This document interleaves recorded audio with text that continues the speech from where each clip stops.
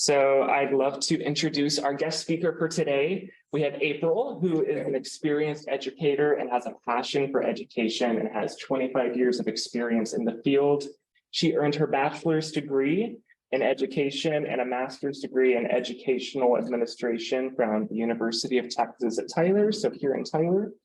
April has dedicated her career to helping students of all ages and backgrounds acquire language skills, and her commitment to education extends beyond the school setting. She regularly volunteers at a community and church events, providing support and resources on a variety of topics. And she's here today to talk to us about educational advocacy. So please welcome April Munoz. Thank you so much, y'all. The fact that my name is April is not the real reason why they asked me to come and do April. Like, I really do kind of know a little bit about immersion bilingual. So that's just a lucky coincidence. So like you mentioned, Jared said, I have been in education for 25 years. I currently am a bilingual ESL specialist with Region 7.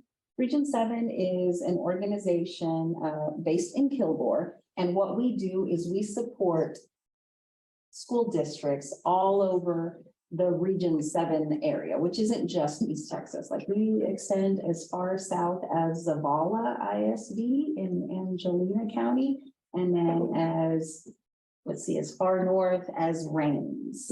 So we're kind of extensive, and some of our school districts, if you live in our area, you know that some of our school districts are pretty spread out.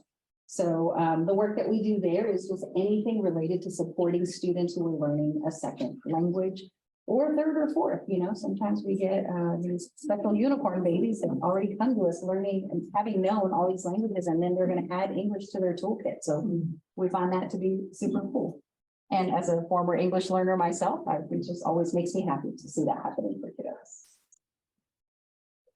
And what we're going to be discussing with you today is. For you. Switched.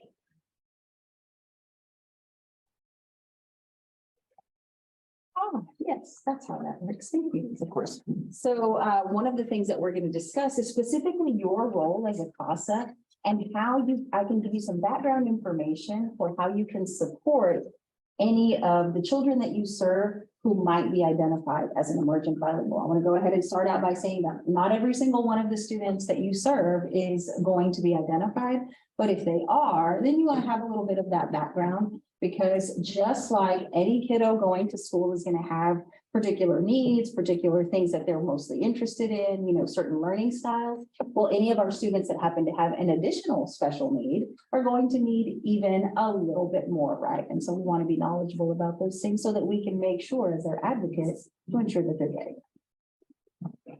So why is it that you would even need to advocate for our students' education? I mean, your job is so important because you know that our little people that we're serving have already come to us having experienced some level of trauma. Some of them have experienced trauma in their home. They've lived through some trauma.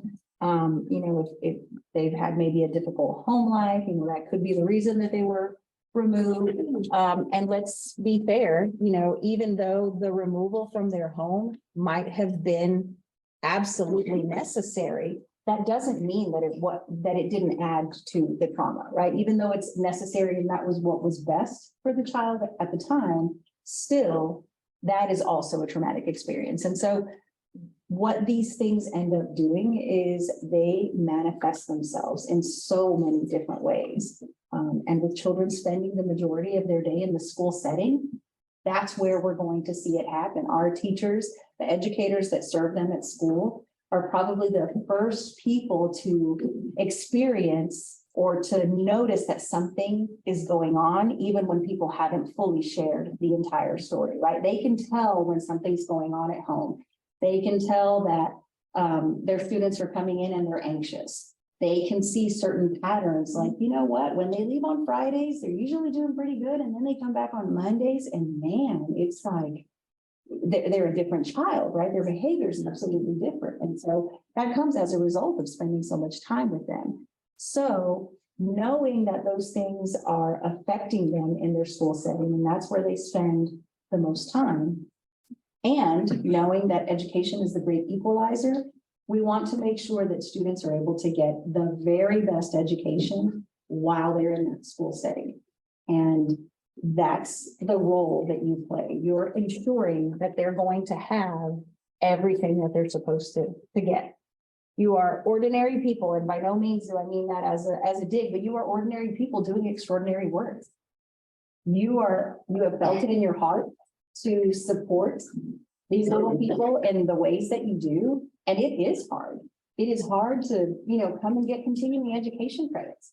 It's hard to come and learn about things that you're like, I had never thought that I needed to know these things, and all of a sudden I'm having to learn them so that I can better serve the student that I'm a special advocate for, right? So as part of your work, you get to be the voice in the parent's absence. We know that in school settings, for those of you that have some of your own children, or that maybe you have nieces and nephews, grandchildren, you know that there's a lot of interaction between schools and parents, right? And parents are encouraged to have an active voice in how their children are served. But in these particular situations, the parent doesn't necessarily have that voice. So, some of our parents lack the background and the knowledge and the skills to be able to be a voice for their children, right? And then some of them aren't able to because children have been removed from the home, right? And so we want to be able to have someone who knows the rules, who knows the background, who knows the expectations, and can ask the right questions. It's like when you take a friend with you to the doctor. It's not that you couldn't go to the doctor by yourself, but sometimes you're so stressed about whatever situation that you're living medically that you can't even think straight. You forget to ask those questions. The really good questions that you thought of at home, when you get to the doctor's office, they ask you, do you have any questions for me? And then we just zone out. Our mind goes blank. We don't even know what to say anymore, right? And so being that person that's informed and can advocate for that child is part of that extraordinary work that you're doing. As you start to take on this role of advocating for your child's education, one thing that I do want you to remember is that you are in a partnership with the educators that serve your child, whatever school district they're in, whatever, whether it's a public school or a charter school, private school, whatever kind of school it is. This really is a partnership. Yes, they spend the most number of hours with the child, but just like when you're serving in loco parentis, right? Like when you're serving as that parent voice, they want your feedback. They want to hear from you. They want to know, hey, is there anything that we can do to help support, certain transitions, certain needs? And so they welcome anyone that says, hey, this particular student, I'm going to take a special interest in them. Because while you may think, wow, this job is really difficult, and I'm working with just one student or just a handful of students, and I find that sometimes this can be overwhelming. I'm sure that we start to wonder, what about a classroom teacher that has 22 assigned to them, and it's every day, right? So the level of the work and the level of care that we're putting into the work that we do is the same.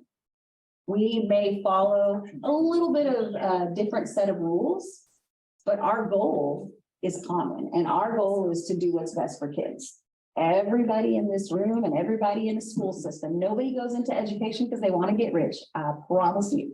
And nobody goes into education because it's not fulfilling work. Like that is the repayment. That's the reward. So anyone that's going into education wants what's best for children, and finding a partner out in the community that says, guess what?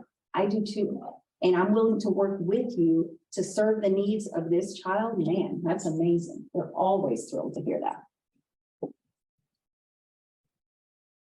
And there are, certain things that exist from our federal and state government that tell us, hey, these are the things you're required to do when serving your children. So this ESSA Act, which is the Every Student Succeeds Act, is federally mandated. And what it says is that school districts are required to provide all children an opportunity to receive fair, equitable, and high-quality education. And we also have to close any educational gaps. I mean, that's not a very long sentence, but goodness gracious, there's a lot contained in that. I mean, just the part right here where we say close educational achievement gaps. Do you realize how many different levels there are within a classroom? Like if you have your own children, you know that none of your children, I have 4, and none of them are alike. The things that have worked with one haven't necessarily worked with the other, and the things that one kid had a strength in, the other one didn't have a strength in. They could not be more different. And within a school setting, within a classroom, there's going to be varying needs. Some of the students are going to be really good at math. Some of them are going to be really good at sports. Some of them are going to be really good at school in general. Others are going to be the most well-behaved, but man, they struggle with school. Some of them are going to have disabilities, language needs. And so in trying to fulfill this, the partnership that you develop with that school district, with the teachers that are serving the student, the campus principals, that really helps to support your child in making sure that they can close those gaps while they're attending school, and that they're going to get that high quality education.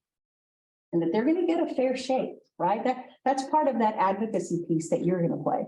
When you ask the right questions, when you hold people accountable, when you say, hey, you know what, the last meeting or the last report that you sent, you mentioned these things, and I haven't heard anything more about that. You know, there was a referral for such and such service, or you mentioned that he was going to start receiving, you know, something called RTI. And you start asking those questions and say, well, tell me what that looks like. When you are the person that holds people accountable, I promise you, you really are helping. And the educators appreciate being held accountable because guess what? We all lose track of time sometimes. We all realize that our to-do list is just getting longer and longer by the minute, and certain things kind of go by the wayside. And wouldn't it be nice to have our own personal assistant that would always say, hey, do you remember number 3 on the list? You can't go another day without completing number 3 on the list. And so while you're not going to use those words, when you ask those questions, you're bringing it back to the top of that to-do list and reminding people. April Munoz in the 4th grade was supposed to have a speech referral, and it's been 2 months and that hasn't happened. Everybody needs a little reminder every now and then. So you're helping to fulfill some federal guidelines. So you're actually helping educators fulfill their jobs. See? So let's focus in on one particular group of students that happens to be my passion, our emergent bilingual students. We call them EBs for short, for obvious reasons. And our emergent bilinguals are students who are in the process of acquiring English, but they have a primary language other than English. Within this description, I'm actually just gonna, if you're zooming, then you can just kind of take a look at that. And if you have any thoughts, you can put those in the chat. If you're in the room with me, I would invite you to just talk a little with the people at your table about what that means to you, like just this short definition. Students who are in the process of acquiring English and have a primary language other than English. What kind of assumptions can you make based on that?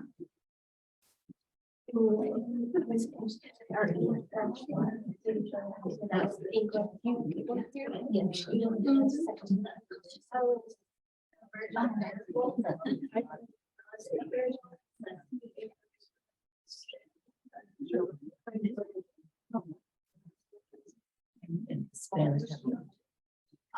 There's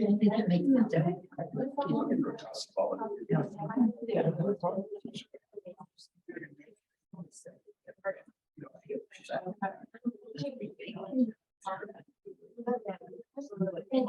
many benefits, you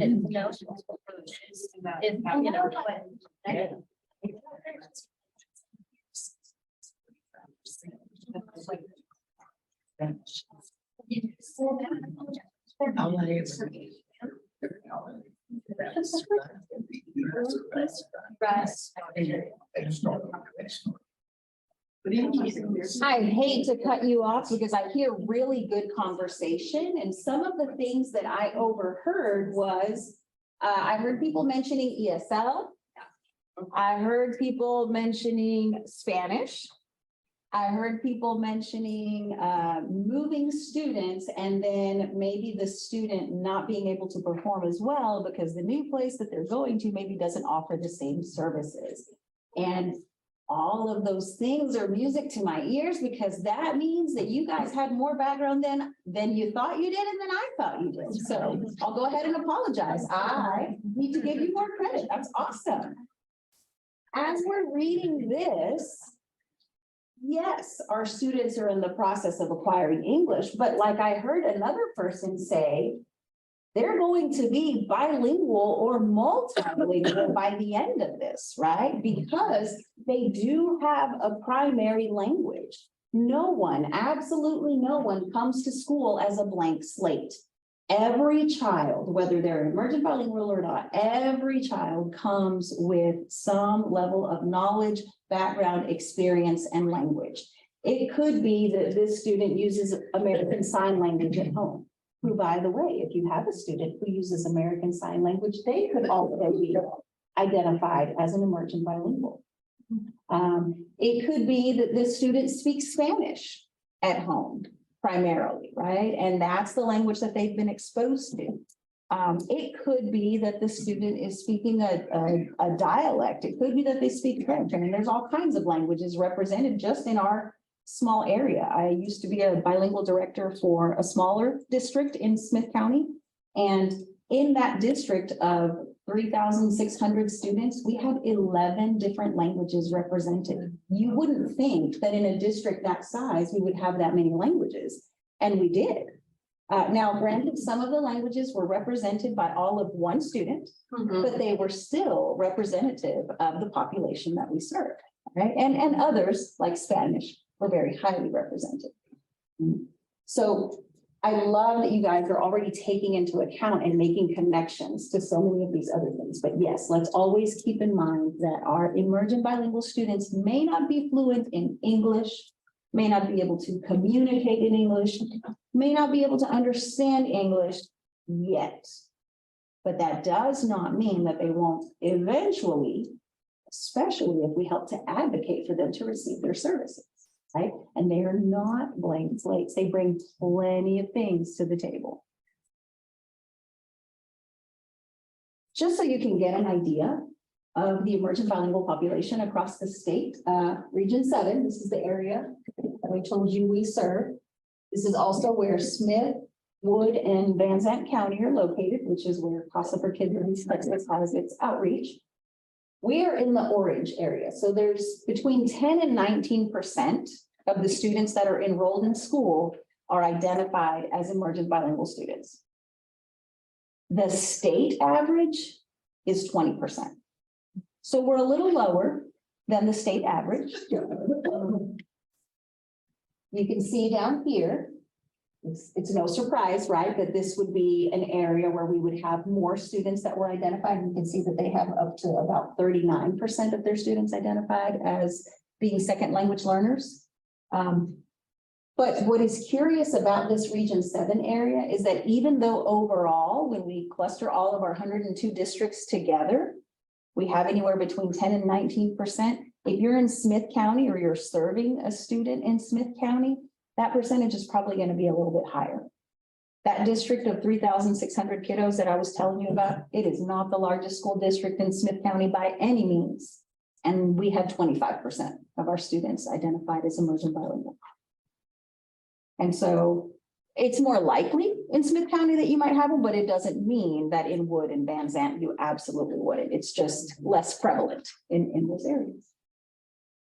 Good. Yes. What about District 10? What is that? Dallas Fort Worth? Why is that? Region 10 is located in their home office, like mine is in Kilgore, their home office is in Richardson.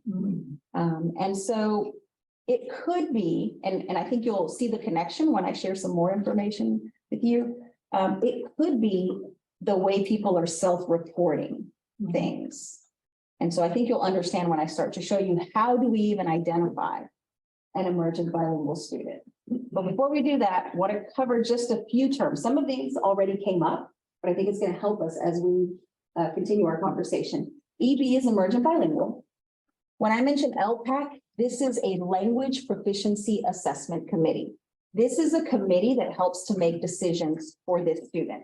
These are the folks that would be communicating with you to tell you, hey, this was the last recommendation we made. This is the last thing we said needed to happen for this particular student. Those are the folks that you're going to be contacting possibly and, asking, hey, did that ever happen? I know you talked about it and you made the recommendation. Where are we in that process? Linguistic accommodations, because we know that our students are receiving second language instruction, English language instruction, and they may not quite be proficient. Just like if you and I were dropped off in Japan tomorrow, we would need some linguistic accommodations, right? We didn't unlearn all the things that we know. We didn't forget how to drive. We didn't forget how to read. We still know how to do algebra. Some of us barely, but we still know how to do algebra, right? It's just that we need the Japanese words for all the things, or maybe the Japanese rules for driving. I still know how to drive. You just need to remind me I'm on the wrong side of the road because you guys drive on the opposite side, right? Little things like that. And then the last two, BIL and ESL, they stand for two different types of programs that can be offered for students that need to learn a second language or English. Bilingual education. Bi meaning two, so they're receiving instruction in two languages. It is English and then the language they already came with to support them in learning English, right? In our area, it's mostly going to be a Spanish bilingual program. And then ESL is only English instruction, but with a lot of hands-on and visual strategies so that students can acquire the language, but it doesn't require the teacher to be fluent in the student's native language. So portrait of an EB.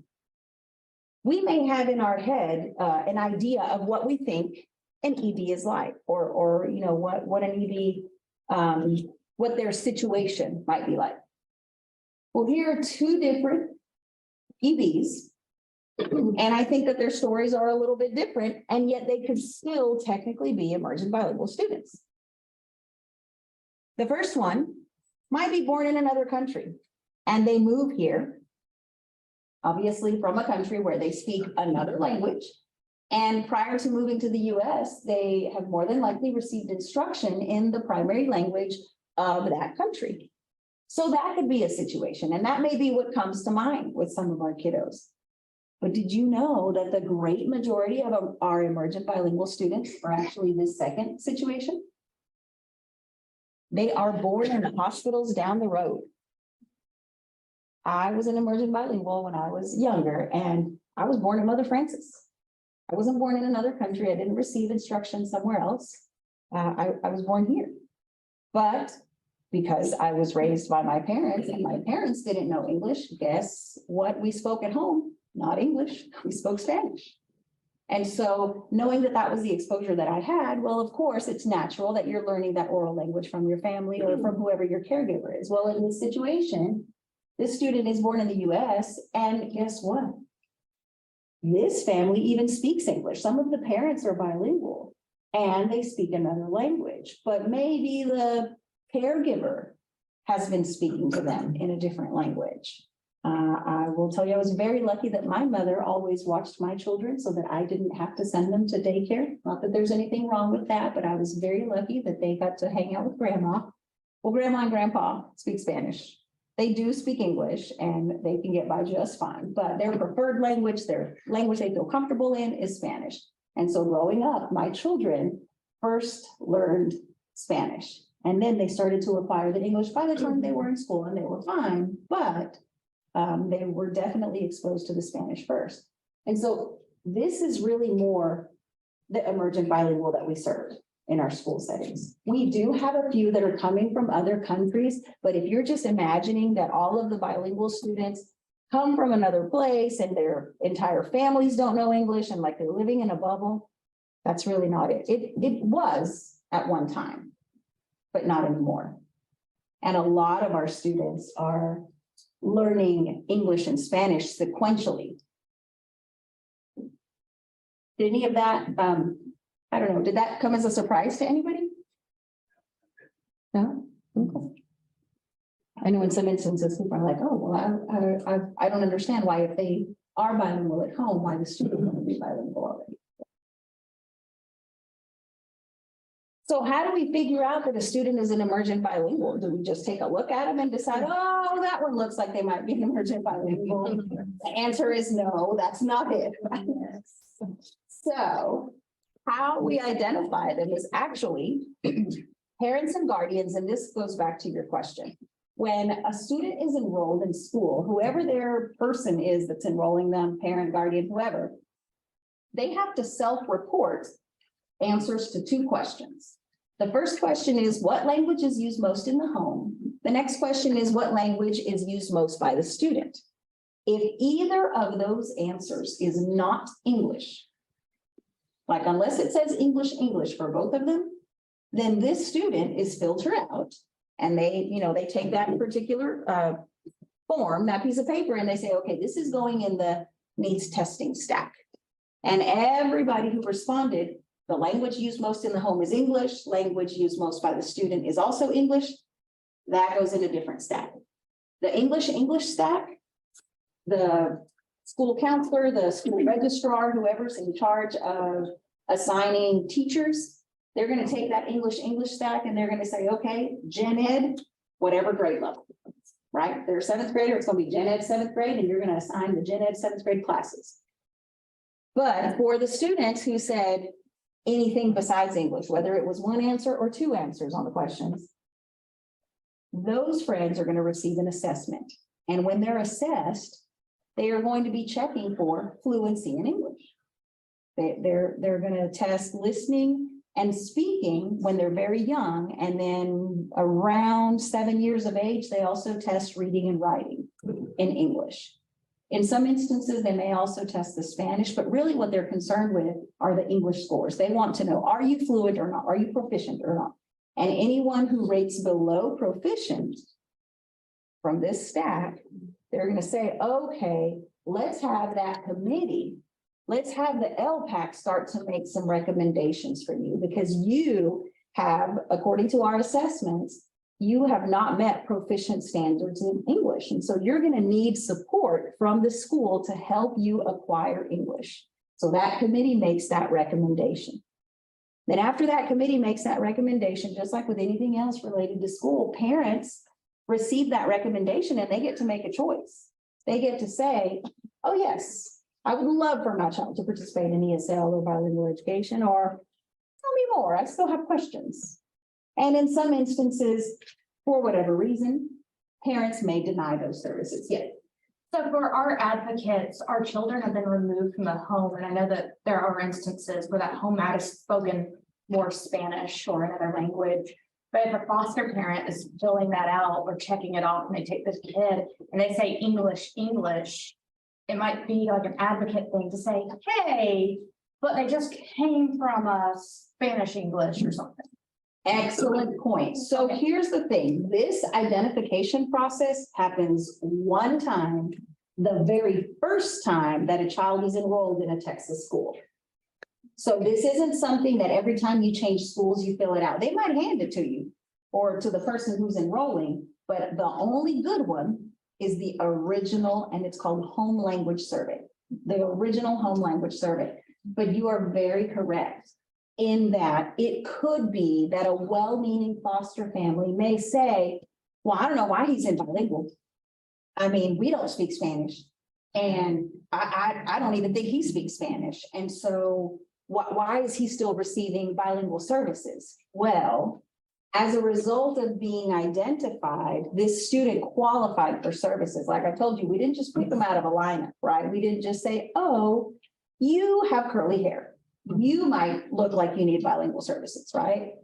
So there is actual testing that took place. And so most definitely, an advocate really wants to advocate for a smooth transition and continuous flow of services. So whatever that student has received in their previous district, in their previous setting, you want to be able to continue that as much as possible. Because although their placement may be different, just because I moved into a home or went to a different daycare where now they speak more English, doesn't mean that I've forgotten everything that I knew prior to, right? So I still need to have my needs met.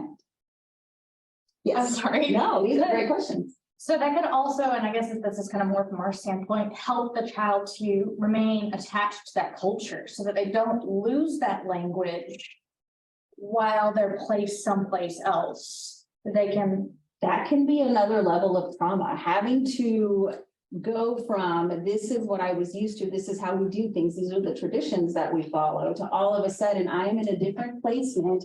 And, Thanksgiving used to be tamales and arepas, and all of a sudden Thanksgiving is turkey. Don't get me wrong, I love turkey, but if that's not what you're used to, or Christmas, the way that you celebrate things or the way you don't celebrate things, right? If you go from a Christian home to a non-denominational or atheist home, right? Doesn't mean that the people are any better or any worse in any setting, but it's going to look different, right? And so, especially for students with language, one of the pieces that we forget about with language, as educators, and I'm not saying you guys, but as educators, sometimes the teachers that I serve will be so focused on the education piece that they forget that culture is a part of language. There are so many beautiful things that come from knowing English, from knowing Spanish, from knowing Portuguese. And so to take that whole part of that away, that's like somebody telling me like, hey, I know you've lived in the United States forever and now you're going to go live in Japan. Listen, I'm still going to pop fireworks on the 4th of July and I'm still going to eat hamburgers, because you're not taking that from me just because I moved somewhere else. And for someone to say, oh, well, that's not important, and we don't even need to, discuss those things, that can be detrimental to me as well, because I'm having to leave a part of me behind, and we've already asked these little people for good reason to be removed from so many things that they love, that we want to keep as much as possible, the things that are good for them, the same, right? Once a parent does accept those services, because parents have a right to say, yes, I agree, or no, I don't, then the students would receive supports and they would be monitored until they meet reclassification criteria. So being identified as an emergent bilingual doesn't mean that you're going to be an emergent bilingual forever. That just means that we're going to continue to offer supports and we're going to monitor you. And then once you prove that you are fluent, guess what? Like, hi, my little friend, we don't have to, we're not going to continue to add these services to your plan. I have a question. So let's say that you have a very young student who is being enrolled in school for the very first time. And the foster parents fill out English. So with this one-shot paper, they may not have the background that these children were raised, in another language home. So how do we advocate to redo that paper?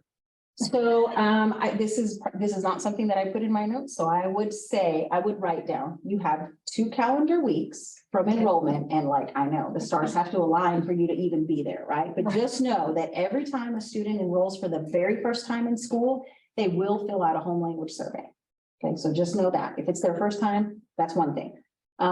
Within 2 calendar weeks, if there has been any mistake on that, you can contact the campus or you can contact whoever your liaison is so that you can say, we really need to rethink this, because this foster placement is temporary, right? And this culture and this language and their family, that's pretty permanent. Even if they are removed permanently, outside of the parents who were raising the child prior to the removal, there are plenty of other people surrounding them in the family, right? And so really thinking about that and explaining that because you have a reason to be able to share that information. That 2-week window, though, also says the student can't have been tested.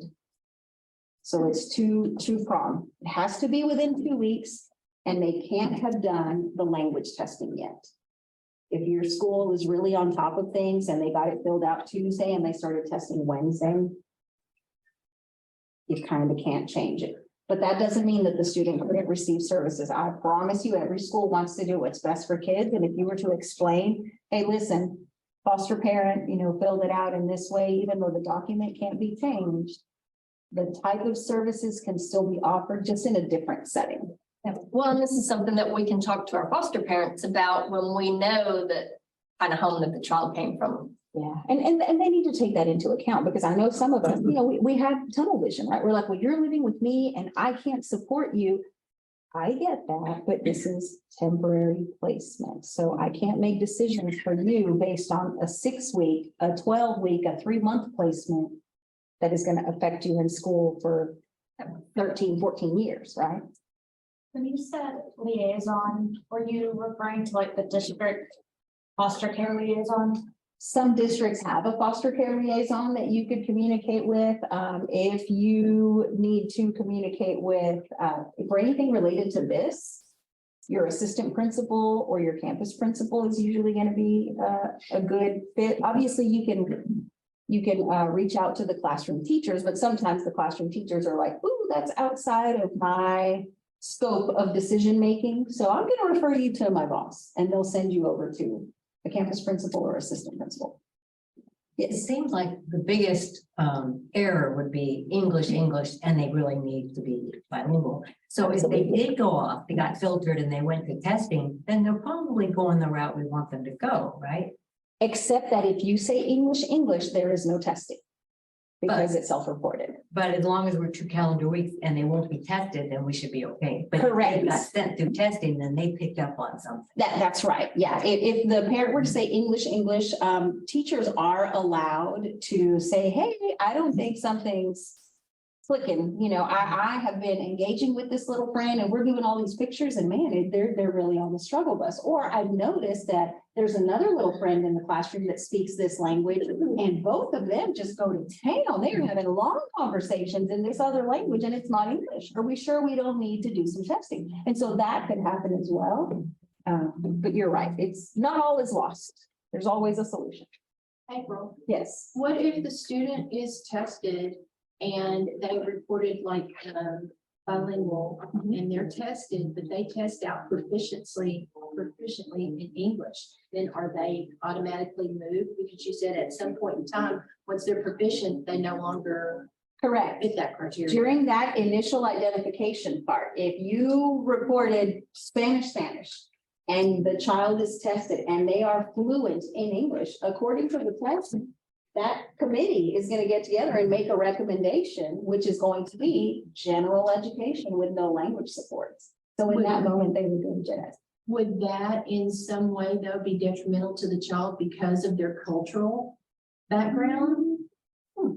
That is a good question that you pose. I will tell you that LPAC wise, for just the cultural piece, we're not allowed to serve students just for that part. Now, can parents, and this is opening another can of worms, but just like with any other thing, can parents request that their children participate in programs for which they don't qualify? They can, but it is always up to the district's discretion to say, yes, we have room, we can serve your child, or actually, no, we have such an influx of students all year long that if we were to give away this spot to your child, eventually we're going to fill up the class, we're going to need to hire another teacher, and that's not fiscally responsible, right?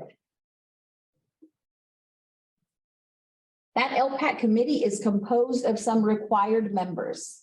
So if you're familiar with special education, you probably know what an ARD committee is, right? This is the bilingual version of an ARD.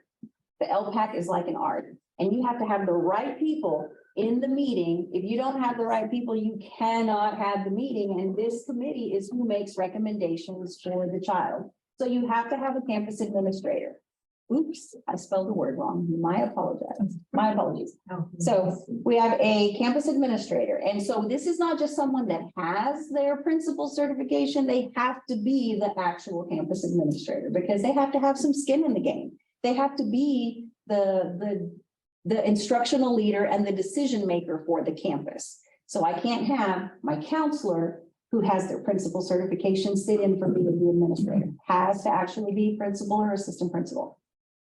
You must have a bilingual or ESL teacher that serves the student participating in the meeting. And I say that serves the student because if this is a person who never touches base and lays hands on this baby, how do they even know? Like, what are they going to bring to the table?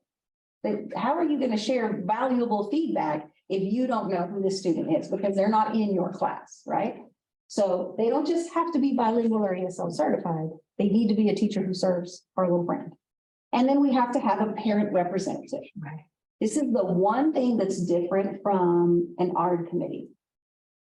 On an LPAC, we can train one parent who has a child receiving services, and that one parent can serve as a representative of parents of emergent bilinguals. So today we could have on our schedule to discuss 15 students, and this one parent could sit in on the 15 meetings for the 15 students, even though all 15 are not their child. And I know that probably scares people who have done ARD or participated in ARD meetings before, because that is a huge no-no in an ARD setting, but I promise it is all over education code that is allowed in LPAC. So we nurse. So we can have a parent representative. Those 3 people are the required members.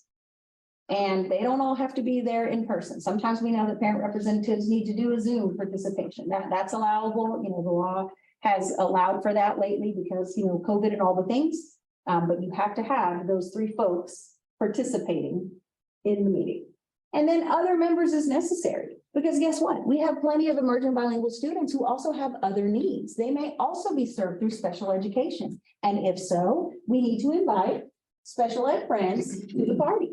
If they're also served through section 504, we need to invite our 504 representative to the party. If they're served through RTI, then we need to invite those friends. So whoever the special programs are that serve this student all need to be present during these meetings, because our children do not come to us and say, well, Miss, may I have your last name? Chance. Miss Shans, I know you're not special ed certified, so why don't I leave my special ed needs outside your door and I'll just bring my bilingual needs with me because I know you're bilingual certified. Our kids don't do that. They take all the things with them everywhere that they go, and we don't get to pick and choose which of their needs we meet, right? So in these meetings, we need to take into account all of the things. If I receive speech services through RTI, and I also have autism and I'm served through special ed, and I'm an emergent bilingual, all these people need to be at my meeting so that the person who's the specialist on autism can talk about how this could affect my autistic needs and what I need to help me with that. If they're part of the meeting, my speech person needs to be able to talk about what I need in the area of speech, and then my bilingual ESL teacher needs to talk about my language needs. But we need to consider all of the things together and not separately. There are some times when these LPAC committees are required to meet. So identification, when we're first trying to figure out, are you an emergent bilingual or not?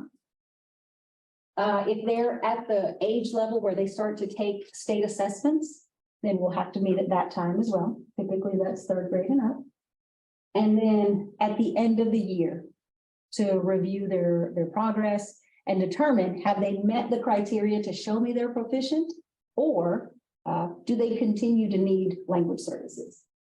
But at any time, anyone who serves this student and is concerned about the student can meet upon request. They can request a meeting. So if the foster parent needs to request a meeting because they're seeing some concerns, they are totally allowed to do that. They don't have to wait until January-ish for the middle of the year meeting. They don't have to wait until May for the end of the year meeting. If it's February to May is a long time. We can't let this little friend continue to fail or struggle or not have their needs met because, oh, I don't want to ask for anything outside of the ordinary. You are definitely entitled to ask for more meetings as needed. Those are the 3 times that we talked about that they have meetings for. Identification. The things you're going to talk about is their testing, basically. They're going to review the testing as a result of that home language survey that said something besides English, right? And then where it says assessment decision, how many of you guys have heard of STAR? Yeah. So if the little friend takes STAR, then most definitely they're going to have an assessment decision meeting. There's also another assessment that is a state test, and it's the TELPAS. Every single student who is identified as an emergent bilingual will also take TELPAS. TELPAS. That's part of that progress monitoring that is done. And then at the end of the year, what we're looking at is, how did you do on your Pell Pass assessment? How did you do on your STAR test? How did you, in class, how many graduation credits do you have? Because not all of the children that we serve are going to be little bitty, right? We're going to have some older kids too. We're going to be looking at, are you on track to graduate on time? Do you have the right credits? Have you passed all of the necessary EOCs so that you're going to be graduation complete? Or do we need to be discussing things like credit recovery, or maybe some summer school or some summer testing opportunities? During assessment decisions, not only are we discussing what assessments you're going to take, but we're also talking about, do you need any designated supports or accommodations on your assessments? Because you're a second language learner, right? If I have not quite mastered the English language, I might need some supports, like there's something called content and language supports. And what that does is it clarifies terms for me. So it might give me a simpler version of some of the verbiage. It may show me pictures or visuals of something. It may direct my attention to certain parts of a question or a chart. It may give examples through pictures of certain things, right? And so those things are helpful, not just for students who are learning a second language, but that is one of the big things that our students would need. And so because the parent of the student isn't always the parent at the LPAC, we want to make sure that our parents or foster parents or whoever are knowledgeable about the things that are available to their students so that they can relay that information and say, well, these are things that I've noticed and I'd like to advocate for my child to possibly get some of these. This is an option. Would that also work for children who English was spoken in the home, but they are an older child who can't read or write just because of dyslexia? So would that be something that could be done with them, like pictures and words instead of language? That particular thing, the content and language supports, it does apply also to students who are served through special education. And so if the student is served there, and I believe 504 as well. But if that student isn't served through either of those services, then no.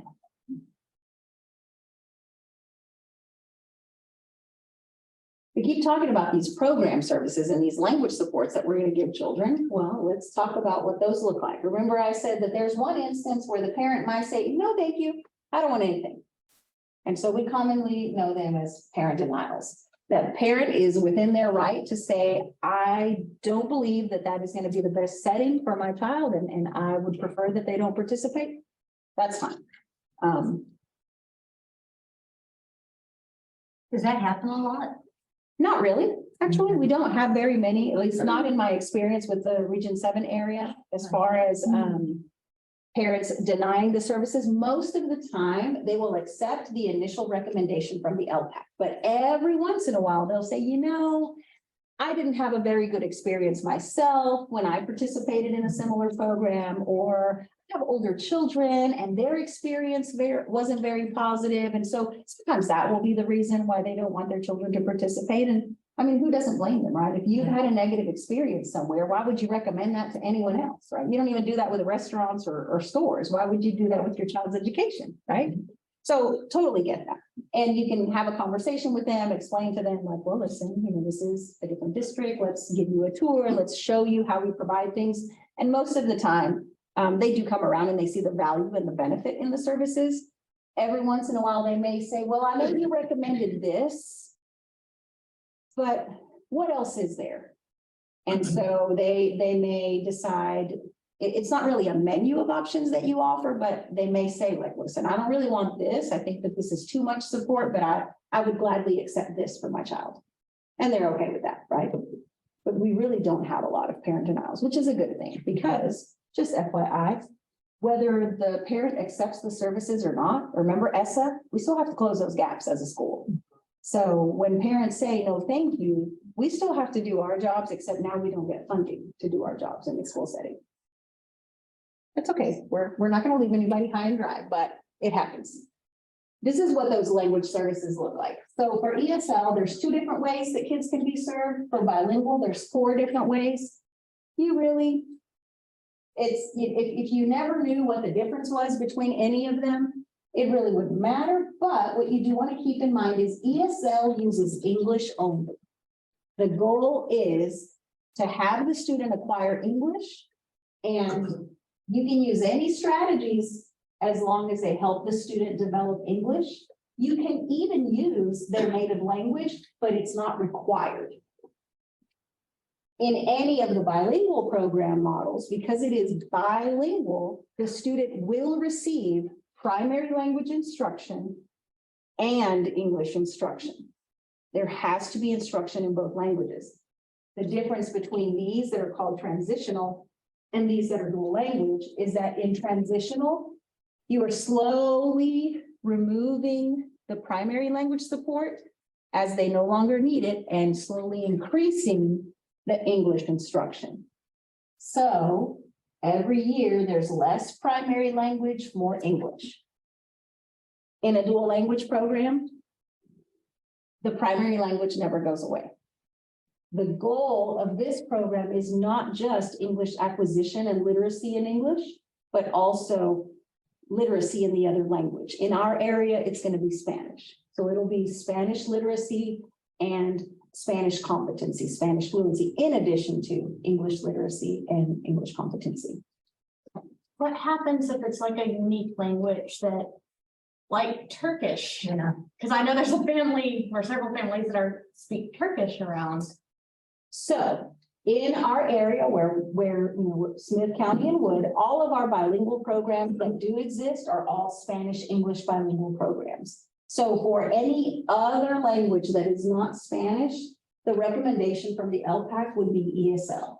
So while unfortunately they may not receive Turkish support, Portuguese support, French support, they will receive lots of support in the form of visuals and hands-on and manipulatives, things that help the student see the learning instead of just hearing about the learning or reading about the learning.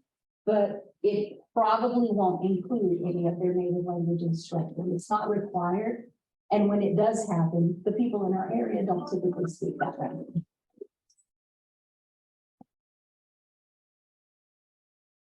What kind of accommodations could we provide for kiddos that are receiving this? Well, a linguistic accommodation is something that happens in the classroom to support the student's accessibility to content, right? So if I'm in the classroom y yo te empiezo a hablar en español y todos ustedes se me quedan viendo, ¿qué voy a hacer? Like, I'm not just gonna smile at you and you're just, because all you're gonna do is smile right back. Like, we're always gonna be polite. But y'all are wondering, what in the world is she just saying? Why did only the one girl get up and go do what she asked and the rest of us don't know what's going on?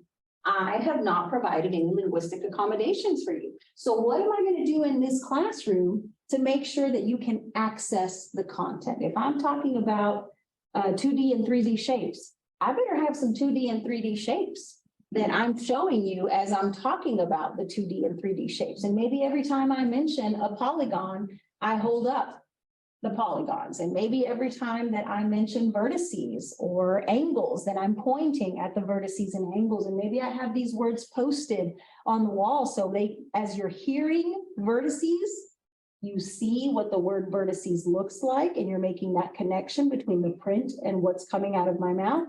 But then you're also watching me point to the vertices. So you're making that visual connection with the picture or the real item. You're making the visual connection with what the word looks like, and then you're hearing what I'm saying. In testing, what kind of supports am I providing to make sure that when I'm testing you, I can really see what you know about biology, and it's not just your language getting in the way, right? Like if all of us were to take a 5th grade math test right now, we're all going to do fine, right? Word problems and all, we're all going to do fine. But what if that 5th grade math test is written in Japanese? All of a sudden we got a problem. And it's not because we don't know how to do 5th grade math. It's because we don't know the Japanese words for all the things we're being asked to do. So how can my teacher provide an accommodation or a support on that 5th grade math test so that she knows what I know about math instead of, well, she scored a 0 and it looks like I don't know anything. those are, things that our foster parents can also advocate for and say, well, like, hey, my kid says that when they're at home, they really like it when I read aloud to them. That's one of those supports. They can have things read aloud to them. And so it could be some of those things that they mentioned. Not everything that is allowed in a regular classroom setting is allowed on testing. But in the same vein, just because it's not allowed on testing doesn't mean we don't do it in class, right? Like if I need you to read things aloud to me, even if I can't have that on the real test date for that one assessment, read it to me the other 186 days that I'm in school, right? Because the other 186 days, I deserve to be able to access the content. You don't want me just sitting and not being able to discuss with my partner what we just read just because I can't read it myself.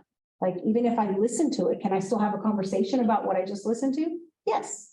And that's better than me not participating at all. This is what some of those accommodations could look like for the classroom. So it could be that you provide them with pictorial representations. Maybe the teacher is modeling a think aloud. Maybe you model pronunciation of words. Maybe you pre-teach vocabulary.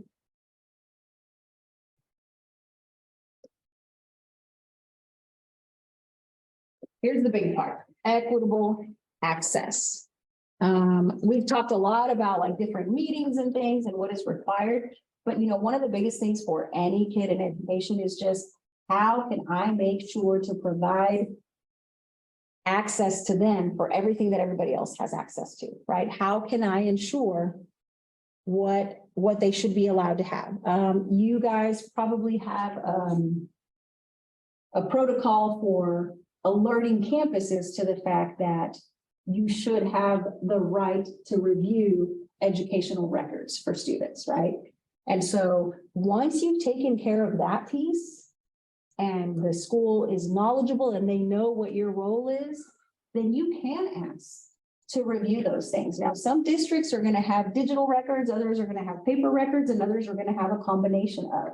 Well, you get to have access to all of it. They may have to print it from where it is digitally because you probably won't be assigned an account per se, but you still get to have access to all of those things. And so you want to make sure that what it says in there is happening and that it's accurate, right? Maybe the last district they were in said they were in a bilingual program, but this district doesn't even have a bilingual program. Well, you can't offer what doesn't exist, right?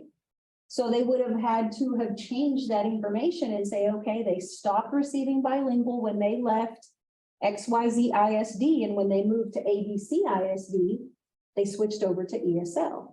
So those are things that you can look for to make sure, number one, that things are accurate, but you may also want to ask questions and say, well, why isn't this student continuing to be served in a bilingual program? And sometimes there's a really valid explanation, like, we don't offer that, or that was 5th grade, and once students move to secondary, bilingual is not a thing anymore. Starting at 6th grade and up, it's always ESL. Or it could be that they're like, oh, that was an oversight. You're right. You're supposed to be in a bilingual program, and then you caught an honest mistake, but now you've ensured that the student's going to receive what they were entitled to. So for any student that is receiving any kind of special services, what I would say is this. Make sure that their services are being provided in all the applicable settings, right? If I'm a language learner, when I go to the ag building and I start learning welding, guess what? I'm still a language learner, right? I still need those same kinds of supports, and my teachers should still be providing those supports. So if instead of handing me a manual that says all the rules for how to use the welding room, maybe I need a manual that is online that I can have read to me, right? For safety reasons. Maybe I need a manual that includes more pictures and more visuals. Maybe I need the opportunity for someone to model to me how to use a particular tool instead of, hey, go read how to use this particular tool. Maybe I need a video shared with me on the correct protocol for some of these things, right? So just ensuring that your student services are being provided everywhere that's necessary, and that people are making sound recommendations, like what you guys mentioned with putting English on a home language survey. Like, we need to think about the big picture. And, you know, what is happening in this child's life as a whole, and not just today that I am the foster parent. Equitable access will come up when we start to talk about course scheduling, taking advanced courses. You know, sometimes emergent bilinguals may be overlooked and not recommended for advanced courses, or maybe denied the opportunity to participate in an advanced course because people assume, well, you don't know English, so why would you need to be in pre-cal? The whole class is in English. Yeah, but I could be a math genius. And so just because I don't have the language piece right now doesn't mean that I don't have the academics. And by the way, my plan says you're supposed to be linguistically accommodating my instruction. So how many kids do you know that willingly want to sign up for pre-cal and statistics? If the kid requests it, my goodness, let's let them, right? Kids don't just go around asking for it for kicks. But clearly the child had an innate want for that, right? When we think about some of our CTE courses, you know, when we say that, oh, well, welding, it's too dangerous. The student doesn't understand English, and what if they get hurt? Well, hold up. Are you not going to linguistically accommodate your instruction so that they can participate? Like a lot of these CTE courses for our kids, I talked about how education is the great equalizer. When they learn a skill in a CTE course, that has changed the game for our kids. They have a way to make money. They have a way to be self-sufficient. They feel good about themselves because they've earned certifications. And some of the folks in these CTE careers are making more money than those of us that went to college for I don't know how many years getting bachelors and masters and things. Like, God, we can't discount this stuff. Like, this is a game changer for our kiddos. We don't want our students to be denied counseling or mentoring only because maybe the counselor doesn't share the same primary language as the student. Like, if our friends have counseling needs, we need to make something happen. If we need to get a translator, if we need to contract out with another counselor, our friends have lived through so much trauma and they're spending so much time at school, and this is where they build these relationships. We want to make sure that whenever possible, we're asking the questions to say, does my child have access to all the things that everyone else has access for? I don't want to be special. I just want to get what everybody else gets. And this is what everyone else has access to. Extracurricular activities, right? I will give you an example. There was a place that had a schedule set up, and band was only offered during that class period. Guess what else was only offered during that class period? ESL. So a student had to choose between ESL and band. Well, the student wasn't even allowed to choose. You know, it was always like, well, you qualify for the services, so you're going to be in ESL, and so forever and ever you can't be in band. What? I can't be in band? That's the equitable access piece that I'm talking about. Like, there should be nothing that entirely excludes our kiddos. Like, how can we provide the same services, maybe in a different setting or in a different class period, so that if this child is interested in something, that they're able to participate like everyone else, right? UIL, you know, sports. You don't have to know English to do a lot of these things. You just have to be really skilled in certain things. And scholarships too. So the best way for you to serve their educational needs is just to ask all the questions. Ask to review the records, right? And then as soon as you start seeing information on there, anything, any acronym that you don't understand, any committee or any decision that's on there that you're like, I don't think I've ever come across this, ask. You have a FERPA right to know. And so once you ask, I promise you, someone on the campus, at the district, someone there will know, but if they needed outside support, Region 7 could step in as well. But I promise you, someone at the campus will be able to answer your questions and say, yes, this is how we provide this for this student. And we've been doing it since they were in 2nd grade and now they're in 5th. All right. Just a reminder of the FERPA information. And then I put in a few other slides related to special education, just so that you could see some of the connections. Our meeting is LPAC, theirs is ARD. We call them accommodations. They call it an individual education plan. But they also get to have accommodations and modifications and services, just like we do when we serve emergent bilinguals. It's almost the same for 504. They'll have a 504 plan that will include some accommodations and what kind of services our students will receive. I would ask you to start with your child's teacher. Anytime you have a question, they will probably be able to answer it right away. And then if it's outside of their scope, they'll send you in the direction of your campus principals, or your campus principals may send you in the direction of your program directors at the district level. And then finally, of course, we're always available to support you guys. We just won't know that specific student. So the closer you start to the student, I think sometimes the more specific information you'll get. And then when it starts to be about programs and systems, that's when you can spread out a little further and wider. I appreciate you all so much for spending your middle of the day on a Wednesday with me. Do we have any additional questions in the Zoom? Not yet. I'm actually going to be asking them now if they have any additional questions. But looks like everybody in Zoom so far is very appreciative of your time today. So thank you. Thank you so much. And thank you for the excellent questions, very specific, which tells me this is not your first rodeo, friends. I like it. So April, what do you specifically do yourself? My role is to support campuses and school districts with things like this, with how to hold these meetings and make sure that they're looking at their systems to provide equitable access to students.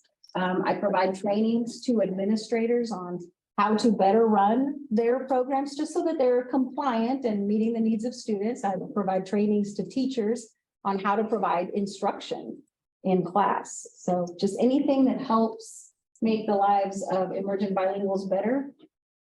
That's what my department does. I have a basic question. Yes. The 504 versus special ed, is 504 just a piece of special ed? So section 504 is an umbrella that would cover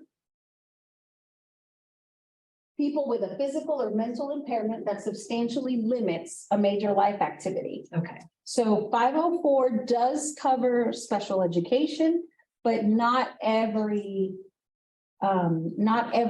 special education student would be served through 504. Some of them are only served through one program or another. But they are both about some sort of a disability. Can you give me an example of how they would not be a 504?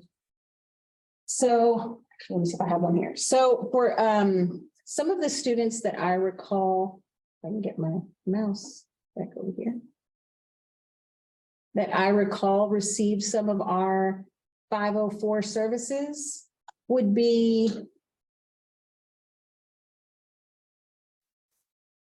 my daughter. My daughter was covered under section 504, but she was not a special education student. The physical impairment that substantially limits my daughter's major life activity is type 1 diabetes. So while that impairs her to where if she doesn't eat foods at certain times, if she doesn't continuously check her glucose, like that could, it affects all parts of her life. So that's why she's a 504 student, but she doesn't have an educational disability. She didn't need to have things read aloud to her. She didn't need some of those classroom accommodations that were academic. It was just, she needed a plan in place with the nurse so that if she needed to go check her blood sugar, she could get her medical needs met. Gotcha. Okay. And it's funny that you say that, because one year she was taking a test, the STAR test at high school. And because her name said 504 next to it, again, honest mistake, she was in the same group as the friends that also needed oral administration for a test. And so she was just really weirded out when all of a sudden they pulled her into the room and they had her do the test with all the other children. And she came home and she told me about it. And I called the school and they said, oh man, we've made a mistake. You're right. Because she was 504, just like several of the other dyslexic students who did need oral accommodations, She was just put into the same room. Did it hurt her in any way? It didn't, but she didn't need to have those things read to her. Like the diabetes wasn't affecting her ability to read. She just needed a plan in case she had to get up and check her blood sugar in the middle of the test. Right. She needed a plan that included snacks. That's right. Yeah, I have heard of it. Yes. I have more of a comment. It's not a question, but you know, Andrew and I are kind of new to CASA. And so you have a lot of resources. You have a lot of people that you can talk to. But we have found out that talking to their teachers, the counselor, the principal, and after that first meeting on site, they realize, you know, we have the kids' best interest, and it is just, it's been a game changer, really. I mean, and the counselor sent us a letter or an email saying, anytime you want to come by or talk to anybody, teachers, principal, counselor, you have an open door policy. And that made us feel like they were right. We called one time, we're in the area, and we meet in 30 minutes. Absolutely. Oh, my So goodness. the educational side of CASA, you know, for the children, just seems like. Yeah. You know, that's probably the one thing I would recommend to any new CASA volunteer is get involved with the kids. That makes my heart very happy. I did overhear, you know, that not every place is always going to be the same. But as a general rule, I mean, our goals are the same. When I was in the classroom, that was still, I may not have been a CASA advocate, but I still wanted what was best for my students. And as a campus principal, we want what's best for the students on our campus. Now, are we always going to see eye to eye? We're not, you know, but I love that your experiences so far have been very positive, and that's one of the, I guess, the finer points of being an advocate for children. But I would say if you're running into a situation where that's not your case, right, where maybe you've tried to reach out to the campus and they're not as receptive as you would like for them to be, don't give up, because you have a FERPA right to do that. And so just because they didn't have time today to meet with you, just because we all have bad days, right? Just because that administrator or that teacher was extra overwhelmed and frazzled and just could not deal or couldn't respond to your email within, 24 to 48 hours, doesn't mean that every interaction is always going to be like that. I mean, we all have days where we're like, listen, I can't even get my life together today. I cannot schedule one more meeting. I cannot add one more thing to my plate. And it happens, but I would encourage you to continue trying, because our little people need you. And the school district, whether in that moment they didn't make you feel that way, they need you to. This is a true partnership. It takes all three of us. It takes the person in the parental role, it takes the school and the student. All of us have to be putting forth that effort in order for our kiddos to have their needs met. I can't remember if I put any other. Very good presentation. Thank